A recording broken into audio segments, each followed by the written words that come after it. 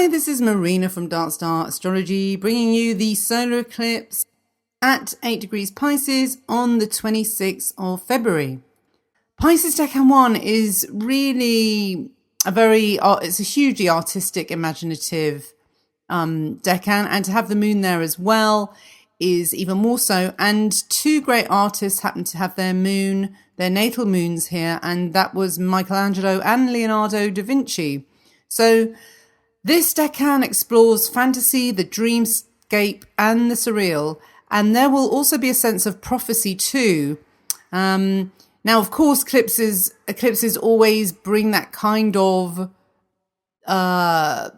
supernatural element to people's life on Earth, and with the sort of prophetic feel as well, it will feel like that this eclipse heralds something. Those touched by this eclipse will be able to access other timelines and weave together seamlessly elements from the past and those of the future. It will be conjunct Neptune, which gives it extra imagination and romanticism. And it's also sextile Ceres, which is the Earth goddess asteroid. And I always see her as being particularly fertile and creative as well. The fixed star that is triggered is Scat in the shin bone of the water bearer, Aquarius. So this star, Scat, it's one of the prophetic stars, and it gives good fortune and lasting happiness. So it's pretty fortunate. It's also interestingly said to indicate safety in a deluge. The eclipse is also conjunct Neptune, so there must be some kind of flooding theme maybe. Now, if you're touched by the eclipse, this star will help bring you new and influential friends. You should get some valuable gifts and love of respectable women, which is interesting. And that was a quote from Vivian Robson. I think mainly this star brings luck in relationships first and foremost. So I thought this could be an eclipse that allows someone to pursue their art full time through attracting a rich and supportive partner.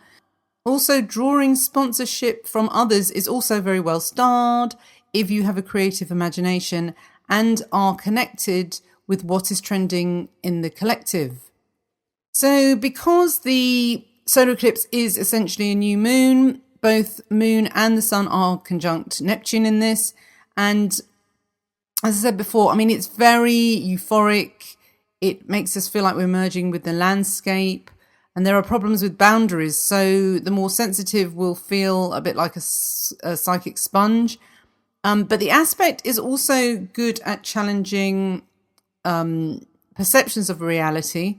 But there is always the great danger of lying and creating very convincing illusions. So this solar eclipse will serve well advertisers and propagandists, but those on the receiving end of the sorcery need to question the sources always. Now, with the sun conjunct Neptune, it's more about dissolving the ego and having great difficulty holding on to the ego. Again, boundaries are going to be blurry, and those touched by this solar eclipse could be prone to escapism and addictions even during the next 6 months. And this will be because their physical sensitivity to the real world around them is so great.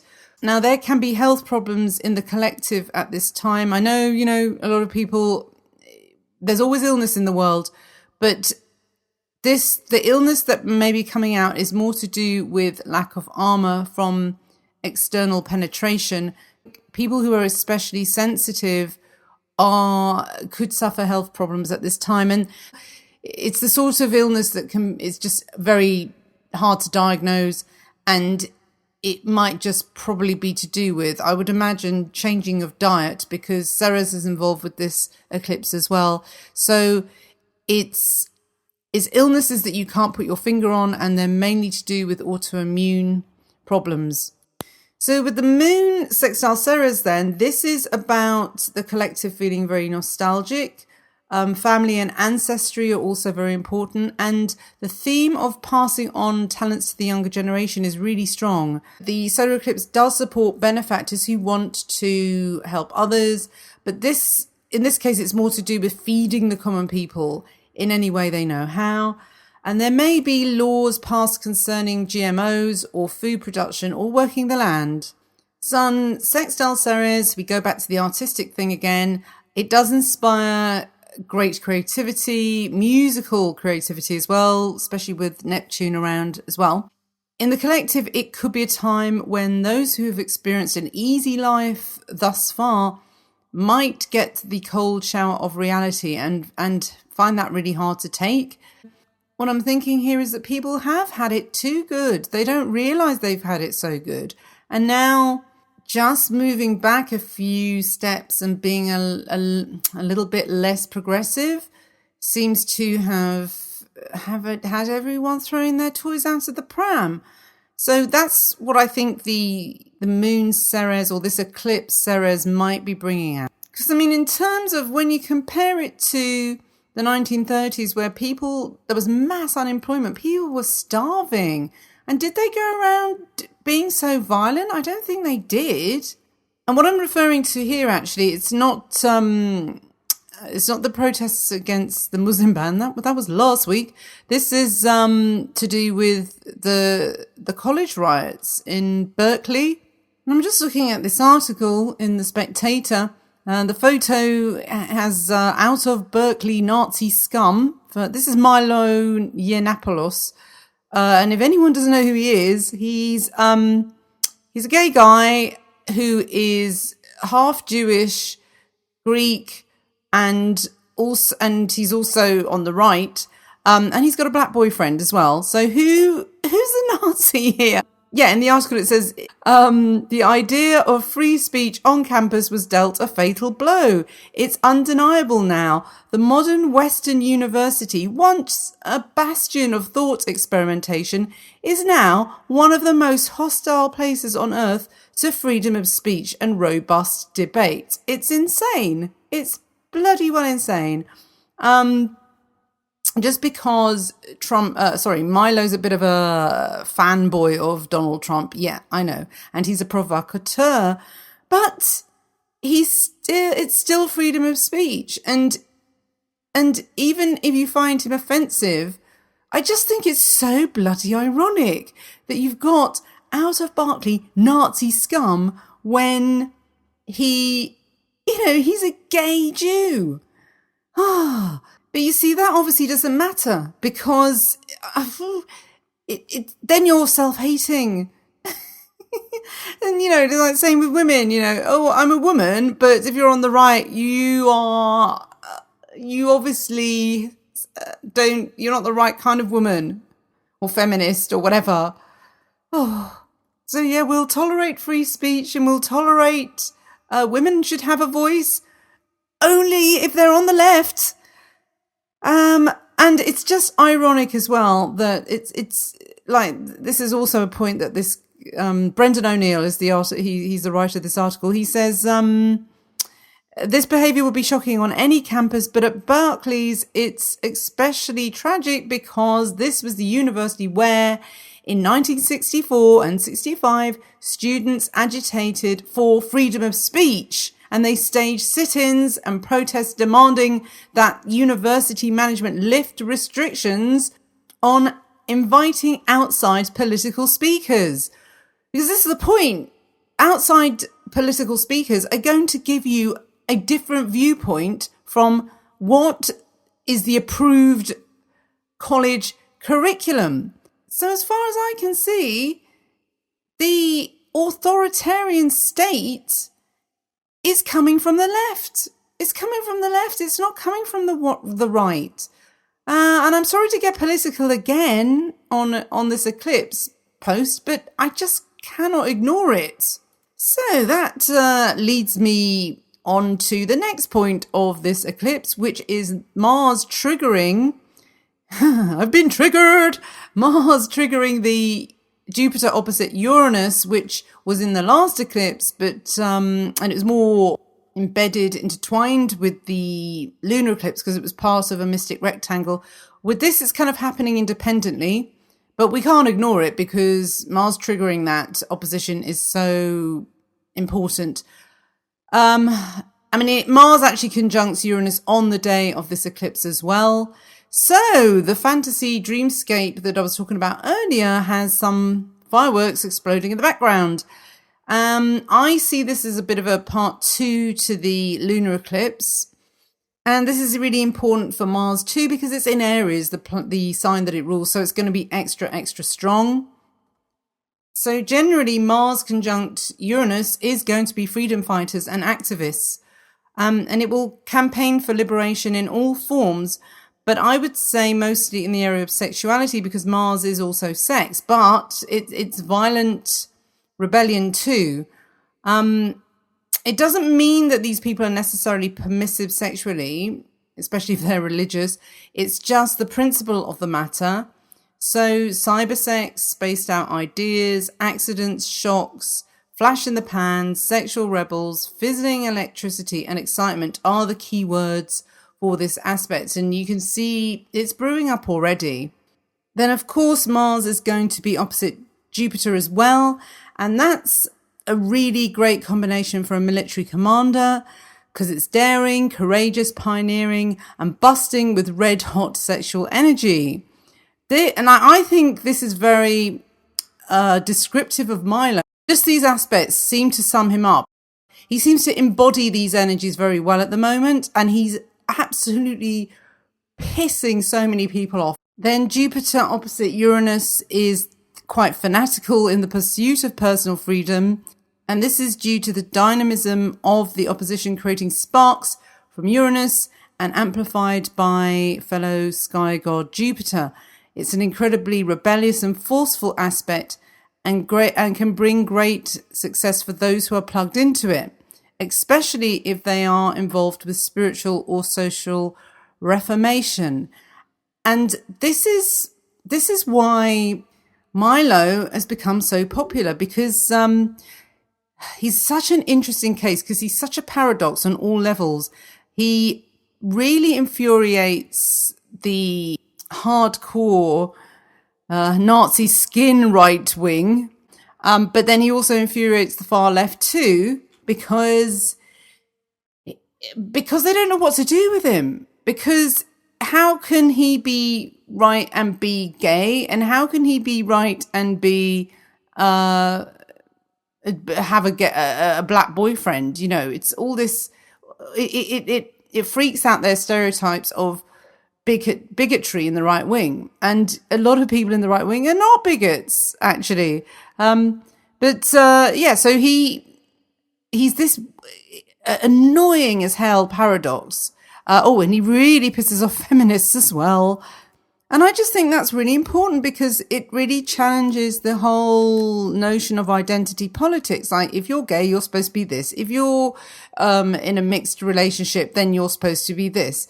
It completely blows those kind of boxed in ways of thinking out of the water. So I think Milo's a really important phenomena, and the fact that he's the one who's been banned off Twitter, and it's not just banned, it's not just suspended, it's banned for life. And I don't think anybody else from the right has had that. I'm not sure, but anyway, he's not even the most extreme. That's the thing, but he's the most popular, and he did sell out apparently at this college campus. So he is the dangerous faggot.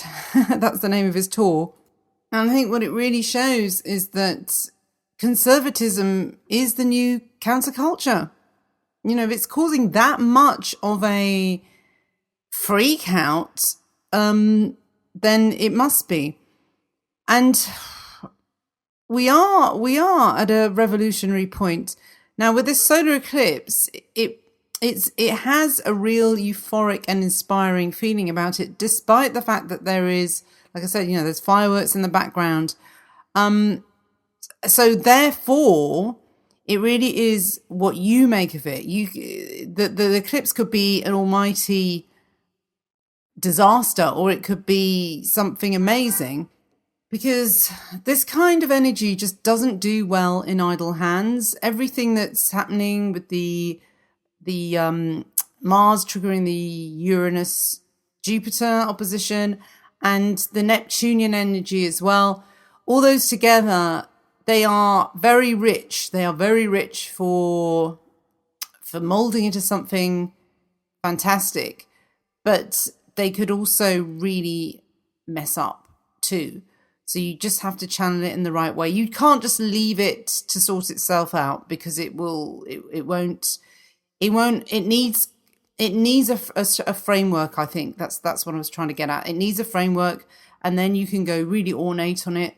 But if you don't have a framework, it'll just look like vomit, basically. So yes, pick up a guitar, paintbrush, or keyboard, get creative. Otherwise, donate to your favorite charity or sponsor creators that you really enjoy online. So this eclipse asks you to be generous and have faith that the energy that you give out will come back to you threefold. So as well as investing in artistic projects, restoring antiques or investing in antiques is also well starred, because there's that nostalgia feeling as well.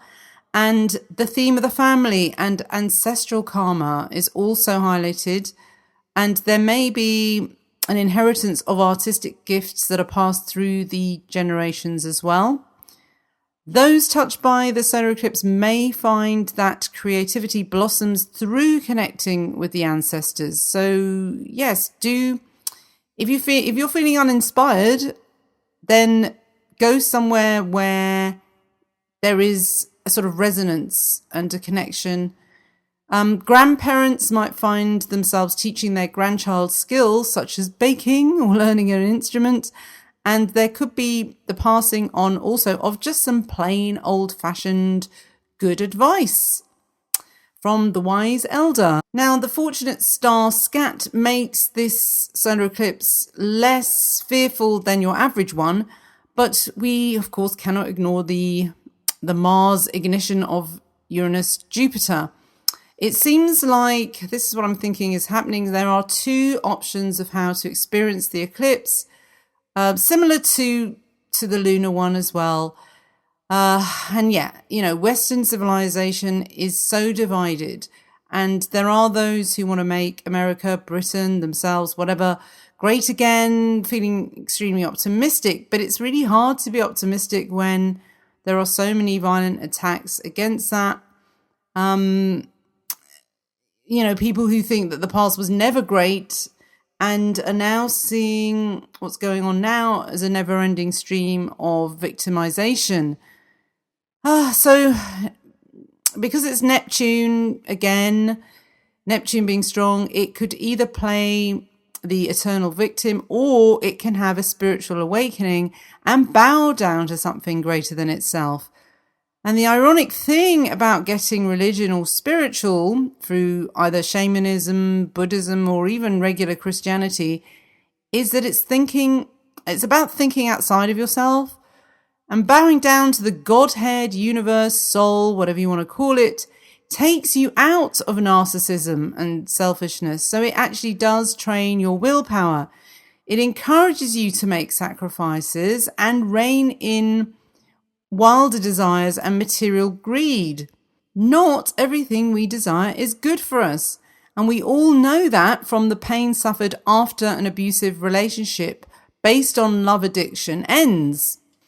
Now, I have written a huge post on this, and I called it the Dark Cupid, and I'll leave the link below this video so you can have a look at it, because I will do a video version of it, I think, because it is really, really important, and it really does sum up what's going on in Western civilization at the moment. This is the ironic thing, is that the people are judging everything by words, like, what people are saying and their image rather than what they're actually doing. And we all know that, falling for the bad boy, and yet the very people that do fall for bad boys tend to be ones who are very, very critical of the alpha male. And they are looking for or they say they're looking for a man who's really in touch with his feminine side. And when I think of that, I always think of Jesus, the symbol of Jesus, because there he is wandering around being very girly in his gown and his long hair. He's just a hippie. And other religions, it seems a lot more masculine. I'm just thinking of their iconography, although obviously with Islam you don't see any, but I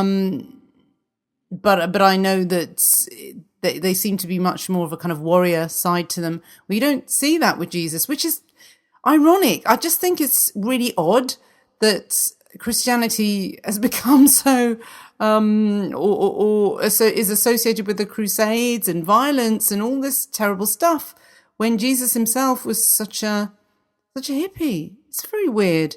Anyway, so back to this revival of the sacred, because that's really what I think is needed. And the Neptunian theme does take us to higher dimensions, but then the Ceres side of it keeps us connected to the earth. So a wise old oak tree would be quite a good symbol for this eclipse as well. And also sacred herbs too, definitely Neptune, Ceres. So that's one side of it. The other side is that very antagonistic opposition of Jupiter opposite Uranus. But back to Neptune, Ceres, Michelangelo did use his art to uplift consciousness, and that's really what sacred art and music is all about. The sacred geometry of great churches and cathedrals are great artistic creations which show what divinity can come out of a human being. And oftentimes these churches are built on the sites of old temples and ley lines. So the connection between uplifting art, spirituality, and earth currents is really strong at this eclipse. Now, I just want to interject here is that for a long time, Christianity was demonized so much that I felt kind of guilty for really loving churches and loving the art in churches. I thought it was some kind of like evil, nasty thing that is somehow mind controlling us with the imagery, and the sacred music is putting demons into our minds, or some archon or whatever. So I was kind of a bit worried about it for a while. And then I thought, no, God damn it. I look at this art and I listen to this music and I see the churches and I see the care and the genius and the art that went into it. I don't give a crap about whether it's Masonic or this, that, the other. I know how I feel when I'm in a church, and I know it doesn't, it aims to be uplifting. It aims to be something higher than, it's perfection of art. And the art was made by human beings, and it doesn't matter who was at the top, whether it was funded by some rich Medici who is a member of the Illuminati, whatever. It's still very beautiful. It's still got something sacred about it. It still uses sacred geometry. What is wonderful about human nature is usually, no matter who the sponsors are, whatever they're trying to do with the artists, hopefully the art does shine through. And if it gives you a good feeling, it gives you a good feeling. And I think the clash between the left and the right is shown by that Jupiter opposite Uranus. And I'm trying to still figure out which side is which. And I do think that really each actually contains the other, like the yin-yang symbol. So personally, I do see Uranus as the new right wing, since they are the ones being banned from Twitter and, like Milo, and they're the ones that are facing censorship on YouTube. I don't see any of the left being banned. So, that's proof of it to me. And there's been plenty on the left who have called for, kill this. They've incited violence. Isn't that supposed to be something that gets you banned? They're encouraging people to actually do physically violent things. So, in the past, Uranus would have been the left. It was probably in the 60s when things were the other way around. But it times change. That's the point of Uranus. It's a revolution. Things turn round, and when things get too extreme in one direction, there is an equal opposite reaction. Uranus, I don't think, is always right, and it's not always left. What's happening with Uranus now is that it's that turnaround, and that's all it does. It's a revolutionary planet, and it will turn things round when things have gone too far one direction. And Mars conjunct Uranus could be, at the same time, this is the funny thing, and that's why I said the yin yang each contains the other, because Mars conjunct Uranus could also be the leftist anti-Far demonstrations that have turned violent as well, of course, because of Mars being violence. And then Jupiter could also represent the Abrahamic religions as well, and also the side of Trump's administration that is, pro-life and may not be sympathetic towards gay marriage. That's a whole other kind of topic to get onto, but I know from some of my own gay friends and having conversations with them, they see that as really scary, especially the ones who are married. But I really I don't think Trump's biggest concerns is turning round the gay marriage or anything like that. I really don't. I don't think he gives a flying fig about what anybody does in the bedroom too. So it's going to have very strong reactions. On one side, there's going to be very progressive people, very much into identity politics, I think. And then on the other side, there's the really strongly religious, God-fearing lot who are extremely pro-life and very, very aggressive about that too. And this is the problem, because if you are somebody that's sitting on the fence, if you're a liberal, and I suppose would put myself as that, being very much in the middle ground, you're kind of being forced now to drop over to one side of the fence or the other. And this whole thing with Donald Trump building the wall as well, that also forces people into making a choice. It's like, which side can you live with? Which side do you want your children to live with in the future? So we no longer have the luxury of being in the middle ground. It's just being forced that way. It really is. It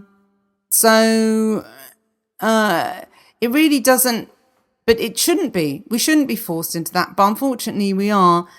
And we have to sort of say that, okay, there is a left and there's a right. But if you're on the left, it doesn't mean to say you have to be a total social justice warrior who is going to campaign for every teeny weeny minority that you can think of.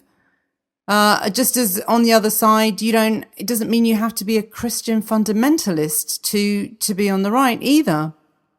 And what's good about people like Milo is that they don't fit in any boxes. And so I think, you have to decide which side of the wall you're on, or whether you're left or right. But within those two camps, there is a spectrum. You don't have to. People have got to stop saying everything is so bloody black and white. It's so annoying. So you can approve of Trump's policies without it meaning that you love him. But I have to go back to the mainstream media, because they're the ones who are making everything black and white. They are the ones, it's their fault. So if you want to bring out some divisive comments, then you'll find them. You can do that with anyone. And I'll just leave you with a bit of an example, because this is what made me think about this. I decided to go on Tumblr for some insane reason. Biggest mistake. Jesus. It was like Lefty Central. I just tapped in a few things that I was interested in, and And I was hoping to get those in my news feed, but none of the things I tapped in came up at all. It was just a load of really angry anti-Trump stuff. But it really was in the way of, he's Hitler, I'm literally shaking. And it was like being in a parallel universe. I thought, God, has everyone gone mad? Is it really like that in mainstream media land? Anyway, I said to my daughter, what do you think of Tumblr? And she went, oh my God, no one uses that because it's just everybody's offended at everything you post, which I thought was really fun. She's only 13, but she said, for example, like if you post a picture of your dinner or something, someone will just really lay into you saying, but there are people starving in the world and you think blah, blah, blah. So yeah, Tumblr sounds like it's virtue signaling central, really. And also guilt and shame. This is how bad it's got. So anyway, we're policing ourselves, but we have to choose when we find these environments that seem a bit toxic, then just move away quickly. And that's what I'm doing. So, all right, then, that brings me to the end. Sorry if I've got a bit of a throat today. I've been very ill for a whole bloody month. It's been annoying. Maybe it's just been too much Neptune. All right, then, all the best. Bye-bye.